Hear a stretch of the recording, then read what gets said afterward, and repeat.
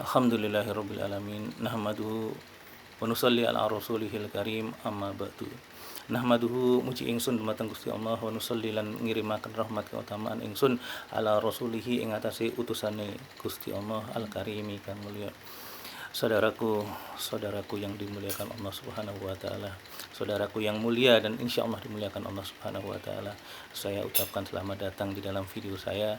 Insya Allah kita sama-sama di sini akan belajar tentang agama agar Allah Subhanahu wa taala beri kepahaman, kemampuan untuk mengamalkan dan menyampaikan. Jadi saudaraku, insya Allah sebelumnya saya mohon untuk subscribe, share, dan komen agar channel ini semakin berkembang dan saya lebih bersemangat untuk mencari konten-konten yang materi-materi yang lain yang lebih bagus lagi. Semoga Allah Subhanahu wa taala beri kita keberkahan di dalam channel ini. Kita dimudahkan untuk amal-amal dalam apa yang akan kita bahas, apa yang kita sampaikan dalam mudzakarah ini. Amin.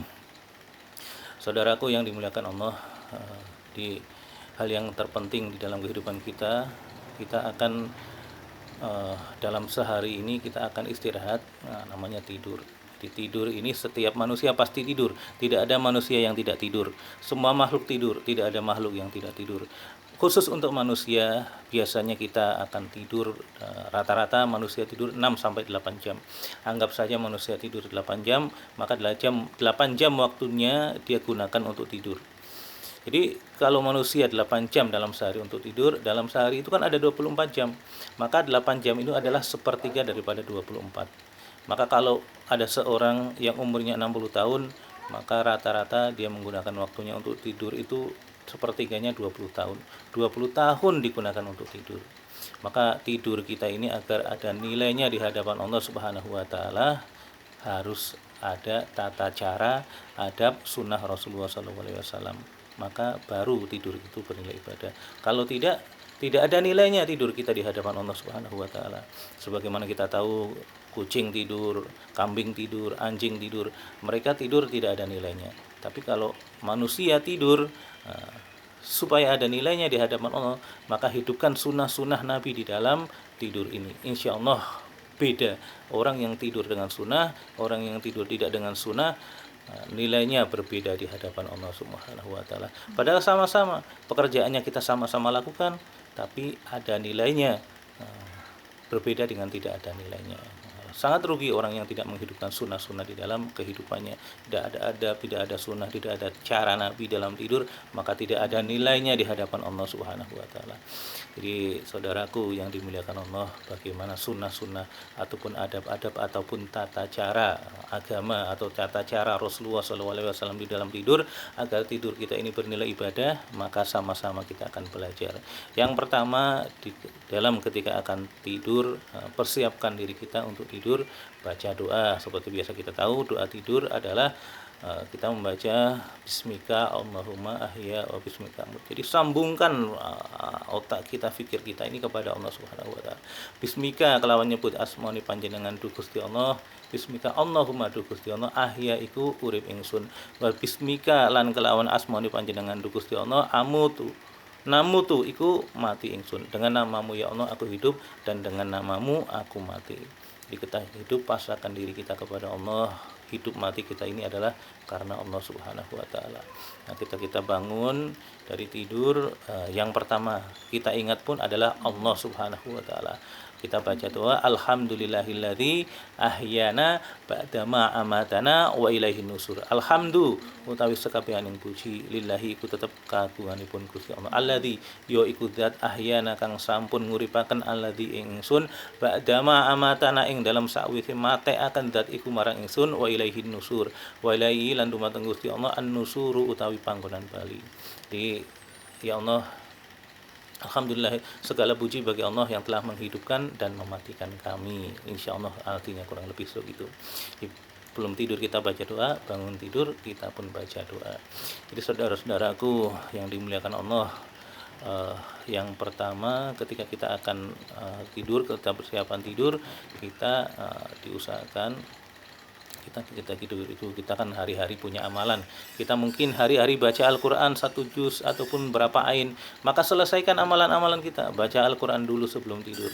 Dikatakan orang yang baca 100 ayat maka dia tidak akan digolongkan sebagai orang yang lalai. Orang yang baca 200 ayat digolongkan kepada orang yang taat kepada Allah Subhanahu wa taala. Bangun tidur kita baca Al-Qur'an, kita selesaikan dulu. Zikir-zikir amalan kita selesaikan dulu. Hari-hari kita baca, namanya kan ada zikir maksurat, zikir-zikir yang diajarkan kepada Rasulullah setiap pagi, setiap petang. Kita selesaikan dulu zikir-zikir kita kepada Allah Subhanahu wa taala. Lalu ketika kita akan tidur, biasanya manusia ini punya urusan dengan manusia yang lain. Mungkin kita punya hutang, mungkin kita punya sangkutan dengan orang lain.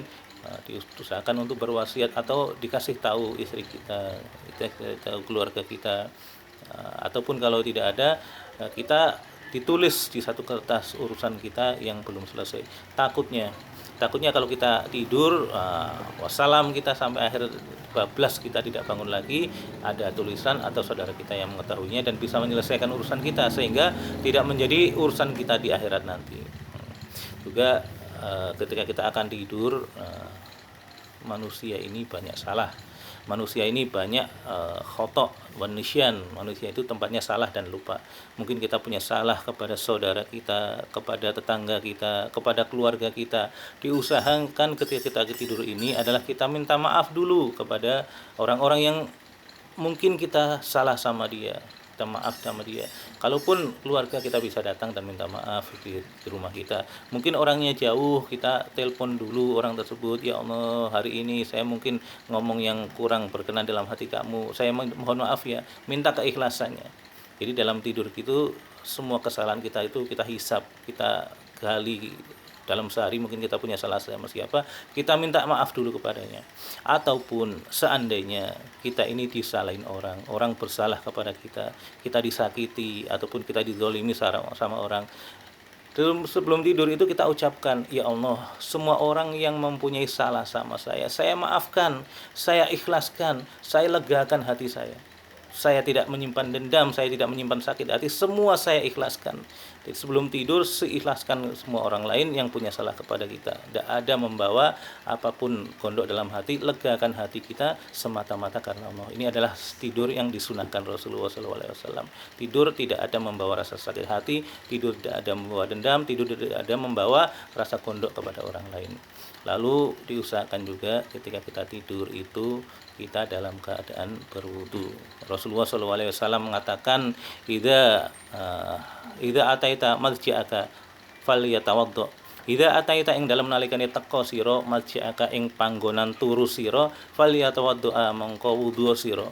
Ketika kamu datang kepada tempat tidurmu ingin tidur maka berwudulah. Ini adalah pesan dari Rasulullah SAW. Tidur dalam keadaan wudu ini adalah tidur yang paling utama. Seutama-utamanya orang yang paling dicintai Allah di atas dunia ini adalah orang yang dalam keadaan berwudu. Dia dalam keadaan suci. Orang yang berwudu itu dalam suatu hadis dikatakan adalah orang yang dalam keadaan seperti orang yang berzikir. Jadi kalau kita tidur dalam keadaan berwudu seperti dianggap kita berzikir.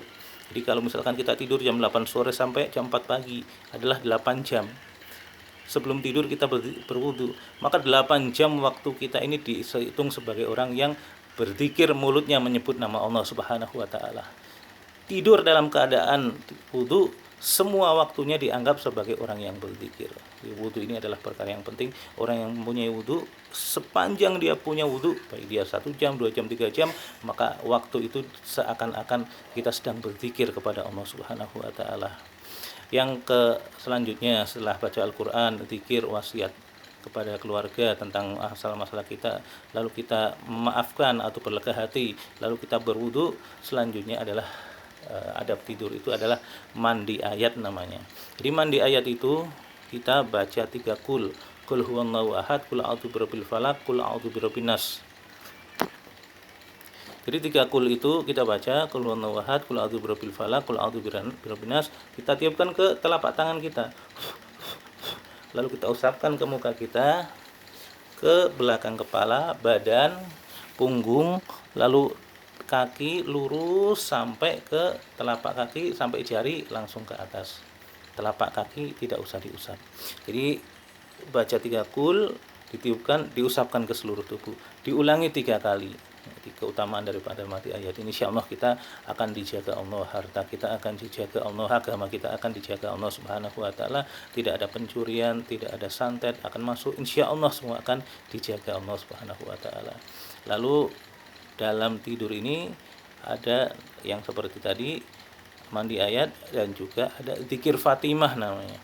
Jadi satu ketika Rasulullah SAW, Sayyidatina Fatimah meriwayatkan dalam sebuah hadis yang artinya kurang lebih mafhum daripada hadis itu. Satu ketika Fatimah radhiyallahu anha datang kepada Rasulullah, ya Rasul, intinya dia minta agar Rasulullah memberikan Fatimah ini budak, karena hari-hari Fatimah ini mengerjakan segala urusan rumah tangga sendirian sehingga sering kecapean. Maka dalam kecapean itu Rasulullah ingin diringankan bebannya dengan datangnya seorang budak. Maka Rasulullah mengatakan, wahai Fatimah, saya ajarkan satu kalimat kepadamu yang lebih baik daripada seorang budak. Maka diajarkan kepada Rasulullah, sebelum kamu tidur bacalah zikir ini. Jadi ajarkan baca zikir subhanallah 33 kali, alhamdulillah 33 kali, Allahu Akbarnya 34 kali. Subhanallah 33, alhamdulillah 33, Allahu Akbarnya 34 kali. Jadi genap 100. Maka kalau kita mengamalkan zikir ini sebelum tidur, maka ketika kita bangun, insya Allah badan kita dalam keadaan sehat, badan kita dalam keadaan enak, semua aktivitas yang kemarin kita lakukan, meninggalkan capek-capek, semua akan hilang.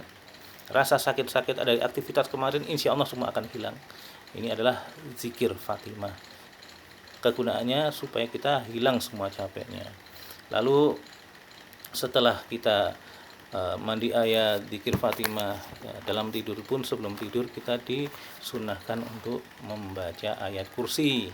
Banyak hadis yang menerangkan tentang keutamaan tidur dengan membaca ayat kursi.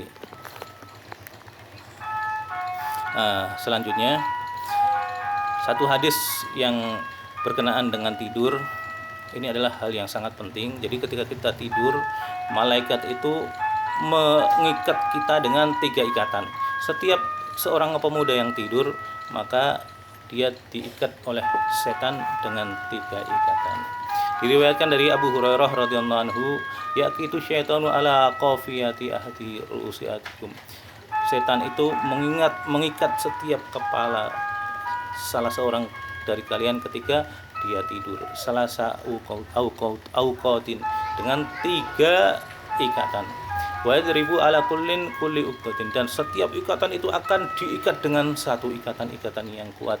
Alaika lailun tawilun farqut, alaika lailun tawilun farqut, alaika ing atase sira lailun utawi wengi tawilun kang dawa, malam ini masih panjang, istirahatlah. Itu bisikan setan kepada setiap orang yang tidur kamu itu malam ini masih panjang, kamu tidur, nggak usah bangun. Itulah ada bisikan setan dengan 3 ikatan yang sangat kuat. Setan membisikkan juga, ayo tidur saja, nggak usah bangun. Fa in istaiqadha fadzakarullah, maka ketika seorang dari tidurnya dia bangun, fadzakarullah, maka dia mengingat Allah dengan berzikir kepada Allah. In halat uqdatun wahidah, maka akan terbuka satu ikatan.